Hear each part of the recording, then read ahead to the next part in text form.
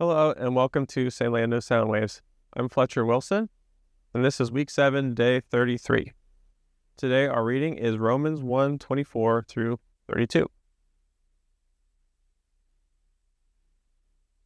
Therefore, God gave them over in the sinful desires of their hearts to sexual impurity for the degrading of their bodies with one another. They exchanged the truth of God for a lie and worshipped and served created things rather than the Creator, who is forever praised. Amen. Because of this, God gave them over to shameful lusts. Even their women exchanged natural relations for unnatural ones. In the same way, the men also abandoned natural relations with women and were inflamed with lust for one another. Men committed indecent acts with other men and received in themselves the due penalty for their perversion. Furthermore, since they did not think it worthwhile to retain the knowledge of God, he gave them over to a depraved mind to do what ought not to be done. They have become filled with every kind of wickedness, evil, greed, and depravity. They are full of envy, murder, strife, deceit, and malice. They are gossips, slanderers, God-haters, insolent, arrogant, and boastful. They invent ways of doing evil. They disobey their parents. They are senseless, faithless, heartless, ruthless.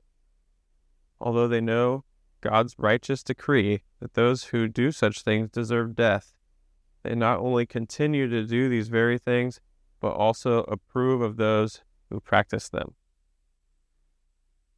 Let's consider our 7 arrows. What does this passage say?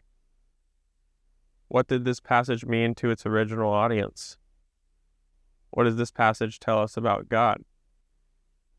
What does this passage tell us about mankind? What does the passage demand of me? How does this passage change the way I relate to people? What does this passage prompt me to pray to God? Now let's look at the devotional in our book on page 48. God defines sin as loving anything more than Him. God's purpose for each of our lives is that we would reflect Him and show how great He is. Yet sin makes it impossible for us to do that. Paul told us God's response to our foolish exchange. We've already seen that our sin means we stand condemned, and the punishment is God's wrath for eternity. But that's not all. He also allows us to feel the consequences of sin, our sin, in this light. Paul said that God gives sinners over to their desires. People choose to love other things, and God allows them to run away from Him, and much like Adam and Eve, suffer the consequences of their choices. You've likely experienced this reality in your own life. You decide to make a sinful choice. At first it feels good, so you continue to do it. But in time, something happens. You get trapped in your sin, and you begin to feel the pain. You might get busted by your parents, or you may simply have to deal with the guilt of the choices you've made.